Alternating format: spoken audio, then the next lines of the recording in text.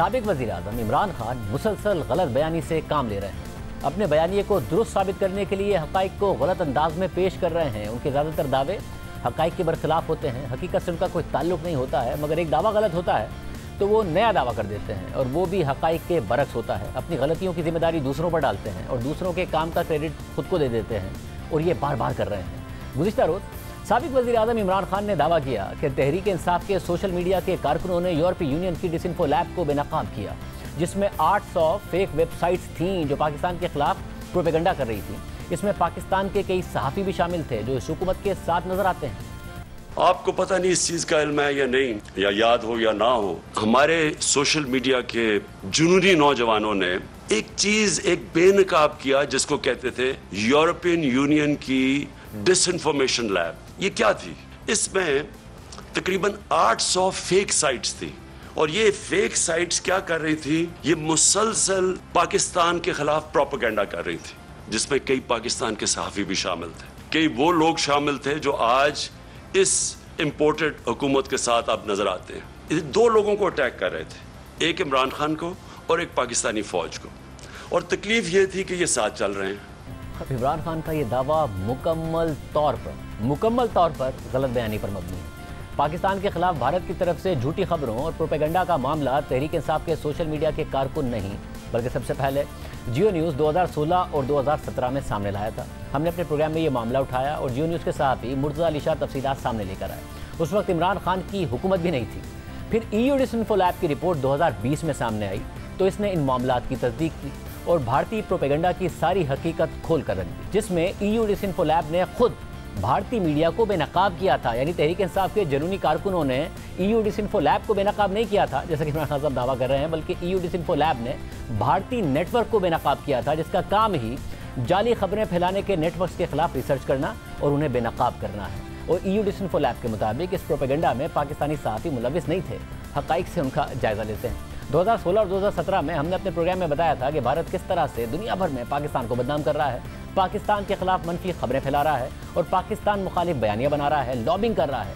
रवा माह के आगाज से अचानक से स्विट्जरलैंड के शहर जिनीवा में बलूचिस्तान से मुतालिक पोस्टर्स और बिल बोर्ड जगह जगह नजर आ रहे हैं। पाकिस्तान में अक़लियतों के तहफ़्फ़ुज़ से मुतालिक मनफी प्रोपेगेंडा किया जा रहा है। इस प्रोपेगेंडे के पोस्टर्स रक्षों पर और टैक्सियों पर चस्पा हैं और इस मज़मूम मुहिम की टाइमिंग और मकाम बहुत अहम है। ये सब ऐसे वक्त में हो रहा है जब जेनेवा में अक़वाम मुत्तहिदा की ह्यूमन राइट्स काउंसिल का 36वां इजलास हो रहा है। गुज़िश्ता साल भी सितंबर के महीने में जेनेवा में ऐसा ही कुछ हुआ था, लेकिन गुज़िश्ता साल भी इस काम को अंजाम देने वाले पैसे देकर किराए के मुजाहिरीन लाए गए थे। ये बहुत बड़ी कैंपेन है। ये तकरीबन 2.5 से 3 मिलियन फ्रैंक्स तक की इसकी कॉस्ट बनती है। जो बलूचिस्तान हाउस नामी तंजीम है उसने पोस्टर्स लगा रखे हैं जो पाकिस्तान का जो जोग्राफिया जो वहदत है उसके खिलाफ है, जिन पर नारे दर्ज हैं। इस तरह की कैंपेन कम से कम 10 साल से मैं जेनेवा कवर कर रहा हूँ। मैंने इतनी बड़ी कैंपेन इस लेवल पर नहीं देखी और ये बहुत मुनज़्ज़म अंदाज में चलाई जा रही है। ये पूरी नई वेबसाइट सेटअप की गई है, नई तंजीमें सामने आई हैं। ये पूरा एक नया जो स्ट्रक्चर है वो सामने आया है। इसके पीछे जो मुख्तलिफ फ्रंट्स हैं, जो लोग इस वक्त इसको फ्रंट कर रहे हैं, उसमें आपको सारे लोग मकामी नज़र आ रहे हैं जो मुख्तलिफ यूरोपियन ममालिक के हैं, जो वाइट हैं वो हैं। लेकिन वो उन सब से जब बात करते हैं तो वो ये कहते हैं कि उनको पैसे दिए गए हैं और वो हाइड है और ये काम किसी के लिए भी कर सकते हैं, उनके लिए तो ये एक डे जॉब है। और फिर दिसंबर 2020 में इस पूरे नेटवर्क को यूरोपीय यूनियन ने फेक न्यूज़ यानी झूठी खबरों के हवाले से काम करने वाले तहकीकाती इदारे EU डिसइंफो लैब ने बेनकाब कर दिया, जो 2019 में जारी होने वाली तहकीकाती रिपोर्ट का तसलसल था। रिपोर्ट के आगाज़ में बताया गया कि गुज़िश्ता साल हमने 65 ममालिक में 265 जाली मीडिया के नेटवर्क का सुराग लगाया था जो पाकिस्तान के खिलाफ मनफी मवाद तैयार करता था। ये नेटवर्क इन मशकूक किरदारों ने बनाया जो यूरोपीय पार्लियामेंट के जाली मैगजीन EP टुडे के पीछे थे। ये मैगजीन 2006 से ब्रसल्स में फाल था। ये खुद साख्ता मैगजीन यूरोपीय पार्लियामेंट के अरकान और दीगर सियासतदानों के लिए एक ऐसा प्लेटफॉर्म था जहां वो अपने ख्यालात का इजहार कर सकते थे, खासतौर पर ऐसे ख्यालात जो भारत के मुफाद में और पाकिस्तान के खिलाफ हों।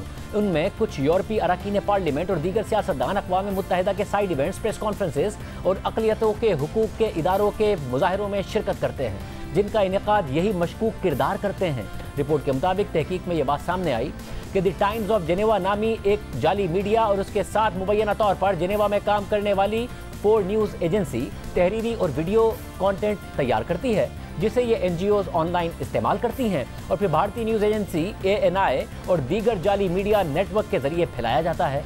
इस सारे ऑपरेशन का ताल्लुक दिल्ली में वाक़या श्रीवास्तव ग्रुप से जुड़ता है, जिसने women's economic and social think tank की पार्टनरशिप के साथ यूरोपीय यूनियन के 27 अरकान के दौरा कश्मीर को स्पॉन्सर किया और भारतीय वज़ीर आज़म नरेंद्र मोदी से उनकी मुलाकात भी कराई।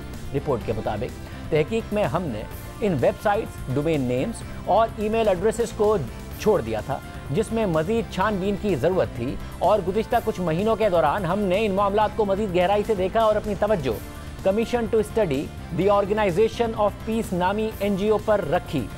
रिपोर्ट के मुताबिक छानबीन के बाद हमें इस बात का एहसास हुआ कि ये अमरीकी NGO जो अक़वाम मुत्तहिदा के इकनॉमिक एंड सोशल काउंसिल से तस्लीम शुदा है, वो 70 की दहाई से गैर फ़ाल हो गई थी और फिर 2005 में जाकर अचानक दोबारा से फ़ाल हो गई। रिपोर्ट के मुताबिक इस इदारे की शनाख्त को इन्हीं अनासिर ने हाईजैक कर लिया, जिनकी निशानदही हमने अपनी हालिया तहकीक में की थी और हैरानकुन तौर पर हमें यह पता चला कि यह इदारा ना सिर्फ दोबारा मंजर आम पर आया, बल्कि इसके साबिक चेयरमैन, जिन्हें अमेरिका में आलमी क़वानीन बराए इंसानी हुकूक के बानियों में समझा जाता है और जो 2006 में ही इंतकाल कर चुके थे, उन्होंने इस इदारे के जरिए 2007 में अक़वाम मुत्तहिदा की काउंसिल बराए इंसानी हुकूक के इजलास में शिरकत की और 2011 में फ्रेंड्स ऑफ गिलगित बल्तिस्तान की तरफ से वाशिंगटन DC में जो तकरीब मुनक़िद हुई उसमें भी शिरकत की। यानी तहकीक के मुताबिक जो मोतबर इदारे गैर फ़ाल हो गए थे, उन्हें दोबारा फ़ाल किया गया और मारूफ कानूनदान जो इन इदारों से वाबस्ता थे और इंतकाल कर गए थे, उन्हें जिंदा जाहिर किया गया और फिर ये दिखाया गया कि वो इन इजलासों में शिरकत कर रहे हैं सिर्फ इसलिए ताकि इदारों की साख को मोतबर दिखाया जा सके और फिर उनके ज़रिए प्रोपेगेंडा करके अपने मफादात हासिल किए जा सके। रिपोर्ट के मुताबिक इस इंकिशाफ के बाद से हमने अक़वाम मुत्तहिदा से तस्लीम शुदा NGOs के एक पूरे नेटवर्क को बेनकाब किया जो भारतीय मफाद की तशहीर करते हैं और मुस्तकिल पाकिस्तान को तनकीद का निशाना बनाते हैं। NGOs में 10 ऐसी हैं जिनका बराह रास्त ताल्लुक श्रीवास्तव ग्रुप के साथ पाया गया। रिपोर्ट में इस बात का भी जायजा लिया गया कि किस तरह भारतीय मीडिया यूरोपीय यूनियन से ऐसे बयानात को मुंसलिक कर रहा है जो यूनियन के बजाय सिर्फ पार्लियामेंट के एक रुकन की राय होती है, जिसका तरीका ये होता है कि पहले ये बयान EU क्रॉनिकल्स में शाया होता है और फिर इसे भारतीय मीडिया उठाकर अपना रंग दे देता है। रिपोर्ट के मुताबिक भारतीय न्यूज़ वेबसाइट ने एक खबर चलाई कि यूरोपीय पार्लियामेंट ने भारतीय फौज की पाकिस्तान में सर्जिकल स्ट्राइक की हिमायत की, लेकिन दरअसल ये सिर्फ एक रुकन की राय थी, न कि पूरी यूरोपीय पार्लियामेंट की राय थी। इसी तरह DNA नामी वेबसाइट ने खबर चलाई कि यूरोपीय पार्लियामेंट ने पाकिस्तान से मुताल्लिक कहा है कि भारत में दहशतगर्द चांद से नहीं आ रहे, लेकिन दरअसल ये सिर्फ एक रुकन का बयान था। रिपोर्ट के मुताबिक इसी तरह DNA नामी वेबसाइट पर खबर चलाई गई कि कश्मीर में यूरोपीय यूनियन के वफ़द ने कहा कि जम्मू कश्मीर में ज़्यादातर दहशतगर्द पाकिस्तान से आए हैं, लेकिन दरअसल ये यूरोपीय यूनियन का सरकारी वफ़द ही नहीं था। रिपोर्ट के मुताबिक EU क्रॉनिकल्स में जो आर्टिकल शाया होते हैं उन्हें सिर्फ एक ही जरिए से कवरेज मिलती है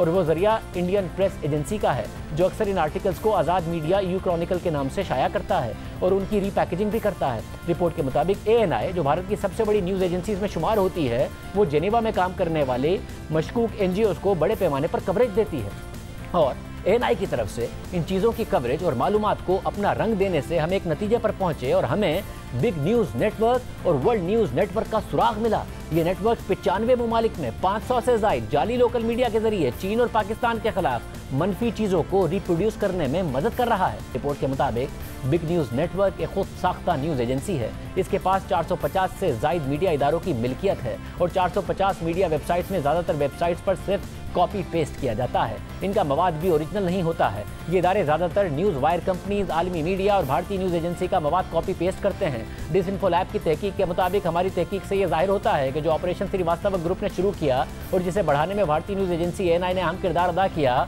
वो ऑपरेशन 2005 से शुरू हुआ है और अब तक चल रहा है। रिपोर्ट के मुताबिक इस ऑपरेशन का मकसद इन ममालिक को बदनाम करना है जो भारत के साथ तनाज़े में हैं, बिलखुसूस पाकिस्तान और एक हद तक चीन भी।